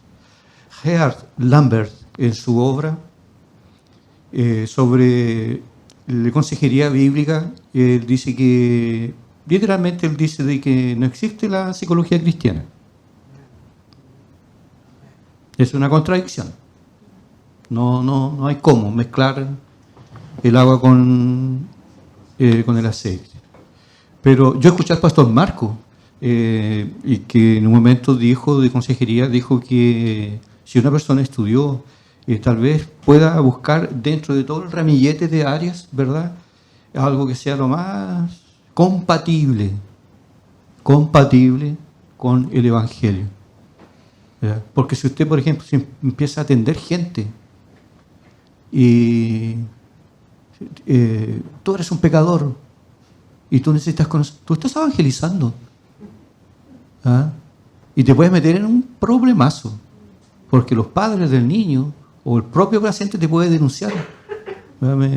Me quiso dar vuelta a su religión, ¿verdad? Entonces, desarrollarse en un área que no entre en conflicto, no sé, recursos humanos, no sé qué más ustedes pueden decir. Sí, hay áreas de la psicología, por ejemplo, laboral, que tratan algunos temas laborales de los trabajadores en relación a la empresa. Pero sí que es verdad que la psicología... en España, por ejemplo, ahora se implantó una ley que también afecta a la Iglesia. Si viniese una persona al psicólogo y es creyente y le dijese, mira, es que tengo un problema con mis padres porque les acabo de confesar que soy homosexual, y en España está prohibido intentar hacerle ver que está mal. Es una ley que se ha interpuesto ahora, que si uno intenta reconducirle, lo pueden denunciar.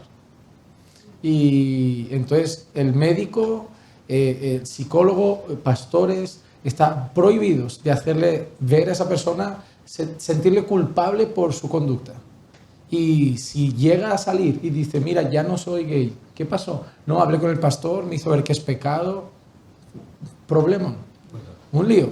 Ahora vamos a enfrentar serios problemas legales en España con algunos casos, porque incluso ellos pueden venir con mala intención. La gente del colectivo LGBT, pedir una sesión de consejería, grabar con el teléfono y meter en un problema a la iglesia. Ya se ha visto algún caso, y ahora la iglesia se está teniendo que volver un poco prudente en ese sentido de cómo va a atender ciertos casos. Entonces, la psicología puede tener problemas incluso mañana, el día de que como no puedes ejercer con libertad tampoco, porque a la que hables de tu fe, de pecado, no es psicología.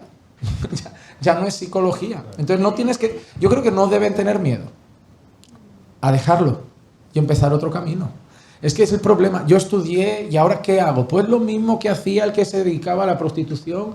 No estoy comparando, pero me refiero lo mismo que decía el chico que, por ejemplo, yo tengo un hermano que se dedica a la hostelería, pero en un bar, y él dijo, yo no puedo seguir ahí. O sea, yo sé que es un trabajo, pero yo veo a gente cómo se va emborrachando delante de mí, y yo no le puedo decir, venga, váyase a casa, ya he bebido mucho, porque el jefe me va a echar. Y echando dinero a las máquinas, gastándose la pensión allá y dejando a su familia en casa. Dice, pastor, yo estoy allí, quiero hablarles del Señor todo el rato, pero tengo que seguir sirviendo copas, yo no puedo. Pues bueno, entendiste que ese trabajo no es adecuado para ti, según tu conciencia, tus convicciones, no es buen lugar. Entonces, no hay que tener miedo de empezar un camino nuevo. No hay que tener miedo de decir, oye, sí, tengo ya 36, me acabo de dar cuenta de eso, pues a reconducirse. Ya el Señor abrirá puertas, ya intenta ver con qué puedes compaginar la carrera, no sé aquí cómo funciona, pero en España decir, mira, estudiaste psicología, eso te convalida media carrera de derecho, o media carrera de medicina, o media carrera o medio grado de enfermería, y dices, mira, pues puedo aprovechar unos créditos y hago un año más, pero hago farmacia, hago lo que sea. Ahí va buscando cómo reconducirse. Mejor tarde que nunca, ¿no? Es bueno darse cuenta de que el camino que estamos trazando no es el correcto, ¿no? Y podemos tener trabajos a los que nos dedicamos que no son éticamente y moralmente compatibles con nuestra fe, que van a estar violentando nuestra conciencia, y estar en un trabajo donde constantemente tu mente está siendo golpeada de no estás bien, no estás bien, no estás bien, no estás bien. Nosotros tenemos hermanos, por ejemplo, que se dedicaban a sus propios negocios, sea de construcción, y en España es muy típico que, aunque llamamos corruptos a los políticos y ladrones, es muy típico ir al mecánico y que te pregunte, ¿lo quieres con factura o sin factura? ¿Para qué? Para evadir impuestos. Y los hermanos empiezan a entender eso. Ellos ganaban mucho extra por, te lo pago en mano, te lo pago en mano, y ahora el choque de ¿qué hago? Va a bajar mi ingreso mucho, la construcción da dinero, pero mucho es por fuera. ¿Ahora qué hago? ¿Ganaremos menos? Bueno, toca reconducir un poco tu vida, toca hacer lo correcto. Entonces, ¿qué hacemos con una persona que estudió psicología? Enseñarle a analizar su vida, su situación a la luz de su nueva fe, y que él mismo tome decisiones para reconducir cada área de su vida que sea necesaria. Y eso afecta a carrera, a trabajo, a familia. Cuando llegamos a Cristo, lo primero que hacemos son una serie de cambios para empezar a estructurar nuestra nueva vida en Cristo. Y sí que es verdad que es triste, pero a veces toca renunciar a una carrera profesional de muchos años. Hablaba de derecho, nosotros tenemos hermanos que ganan menos como abogados ahora, porque ya no tramitan divorcios, ya no tramitan ciertas cosas, han reducido su clientela mucho. Ahora, pero siguen ejerciendo el derecho, pero mucho más limitado. Pero bueno, son decisiones que han tomado porque dice, el mundo del derecho se presta mucho a... Él siempre tenía un hermano que me decía, si uno quiere ser un abogado famoso y rico, no puede ser cristiano. Dice, y si quieres ser un abogado cristiano, que se conforme con un poquito menos de salario, porque dice, ¿quieres ser rico? A defender bandidos, a defender casos con mentiras, a hacer cualquier cosa por ganar el juicio, a aceptar sobornos, a dar sobornos a jueces. ¿Quieres ser honesto? Bueno, menos salario, menos salario. Es reconducir nuestra carrera, nuestra vida, nuestro trabajo. Así que ánimo, el Señor abrirá puertas. Amén. Concluimos entonces, no sé si alguien quiere decir algo más, Pastor Marco. Sí, bueno, agregar que cada vez que hay una reserva divina, a la vez hay una prohibición para nosotros. Por ejemplo, lo mismo que mencionaba Pastor Vaz, hay una reserva divina en cuanto a la defensa y abogacía del culpable. Eso solamente es algo que el Señor puede hacer porque Él justifica al impío. Pero ningún abogado humano puede hacer eso, justificar al impío. Ahí tenemos una reserva divina. Solamente Dios puede justificar al impío.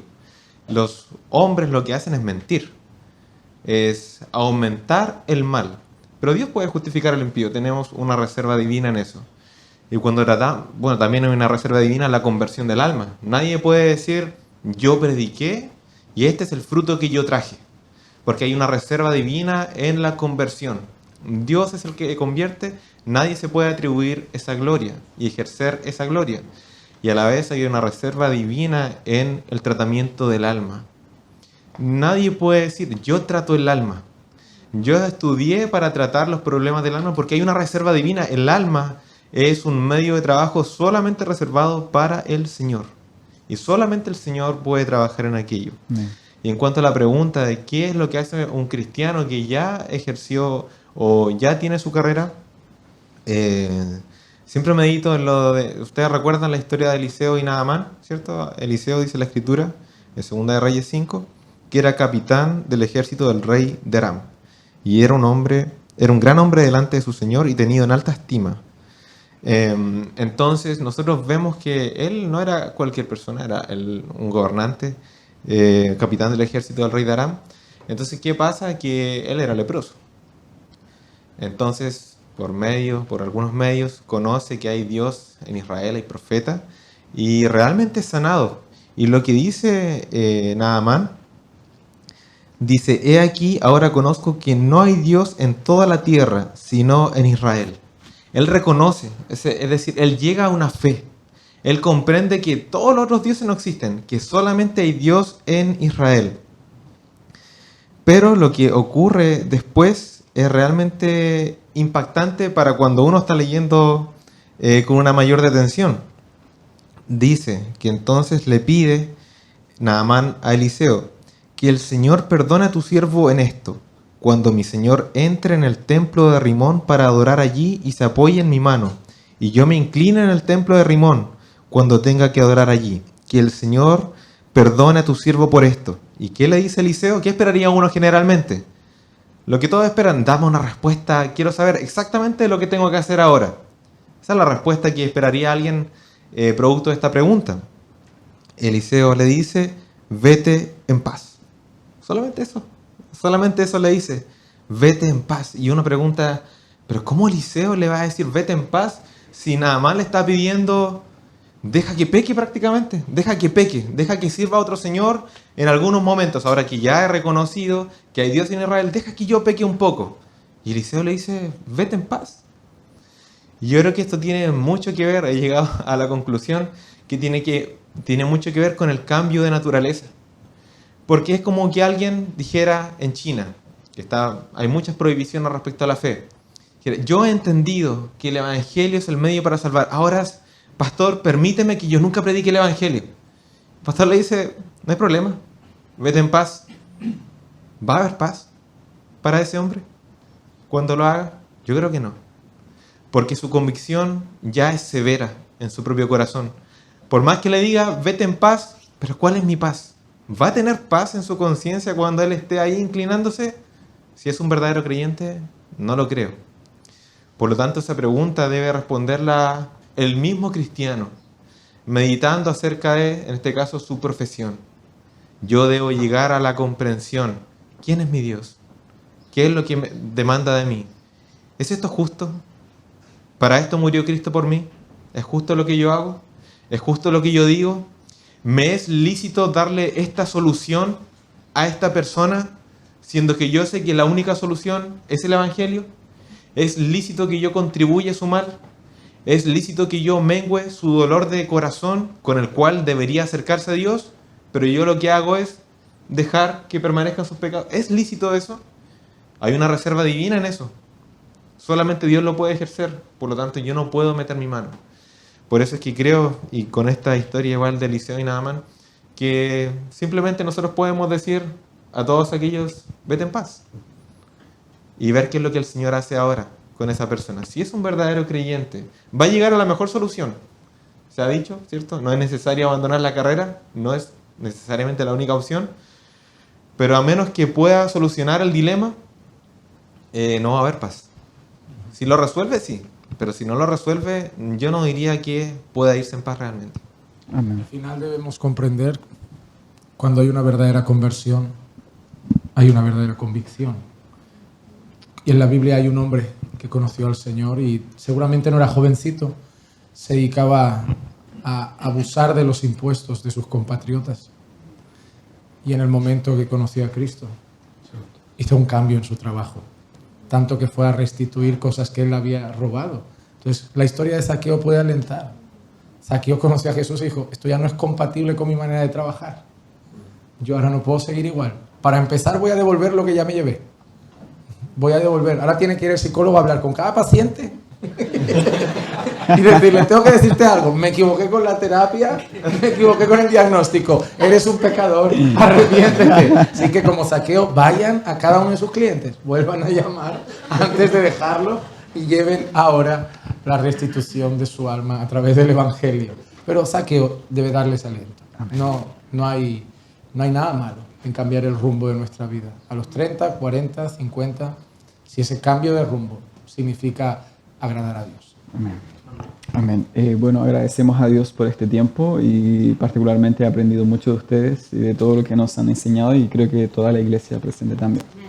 Me gustaría concluir con un texto del Salmo 42, hablando sobre este tema, con el cual todos nos identificamos mucho. El versículo 5 dice: ¿Por qué te abates, oh alma mía? ¿Por qué te turbas dentro de mí? Espera en Dios, porque aún he de alabarle, salvación mía y Dios mío. Dios mío, mi alma está abatida en mí. Me acordaré, por tanto, de ti desde la tierra del Jordán y de los hermonitas desde el monte de Mizar. Amén. Oremos. Padre, te damos gracias por el privilegio que tenemos de poder leer tu palabra. Nos identificamos mucho con todos los salmistas. Todos hemos pasado por diversas situaciones y en todas ellas tú has sido nuestro socorro. Tú eres nuestro socorro, tú eres nuestro refugio, nuestra ayuda, nuestra torre fuerte. ¿A quién iremos, Señor, si tú tienes palabras de vida eterna? Tú puedes consolar nuestra alma, puedes colocar bálsamo en todas nuestras heridas. Tú puedes curar todas nuestras enfermedades espirituales del alma, de la mente. Tú lo puedes hacer, Señor. Gracias te damos por este tiempo. Gracias por tu palabra. Gracias por los siervos de Dios que has levantado, Señor, aquí en nuestra iglesia local. Aquí en Concepción, con el pastor hoy. Gracias por las iglesias locales, Señor. Amamos nuestra iglesia local y queremos servir a Dios en ella. Son innumerables las veces en que hemos sido bendecidos al llegar a la iglesia local, a un culto, en la que el sarampión del alma desaparece cuando estamos en medio de la congregación de los santos. Han sido incontables veces que el Señor siempre ha obrado un milagro en este lugar, en esta iglesia, sanando todas nuestras dolencias. Padre, te damos gracias, bendecimos tu nombre y a ti sea la gloria por siempre. En el nombre de Jesús. Amén. Amén.